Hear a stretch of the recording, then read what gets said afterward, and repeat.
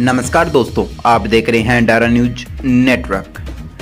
Delhi NCR में वायु प्रदूषण का स्तर फिर गंभीर रूप से बढ़ गया है और बीते कुछ दिनों से हवाएं की धीमी गति और मौसम की स्थिति बहुत ही खराब होती हुई नजर आ रही है। मौसम की स्थिति के कारण धूल, धुआं और स्मोग अधिक मात्रा में जमा हुआ है और विशेषज्ञों ने चेतावनी दी है कि यदि तत्काल प्रभावी कदम नहीं उठाया गया तो यह स्वास्थ्य पर ही गंभीर असर पड़ सकता है। और हालांकि कुछ दिन पहले ही ग्रेडेड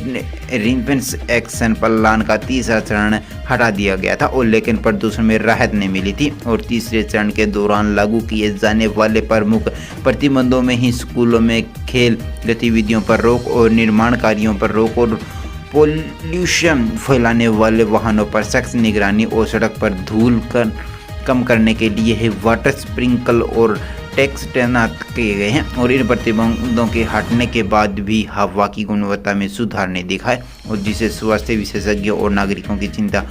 बढ़ती हुई नजर आ रही है। और इस समय ही रोहिणी, चांदी और चौक पर ही बीजापुर में ही सबसे अधिक प्रदूषित क्षेत्र में शामिल है और रोहिणी में AQI 527 रिकॉर्ड किया गया, जबकि चांदनी चौक 500 से और बीजापुर 490 तक पहुंच गया है। और इसके अलावा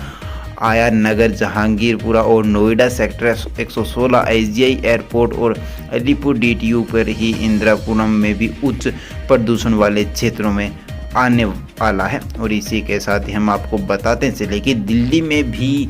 अभी भयंकर रूप से कोहरा और धुआं नज़र आ रहा है और यहाँ पर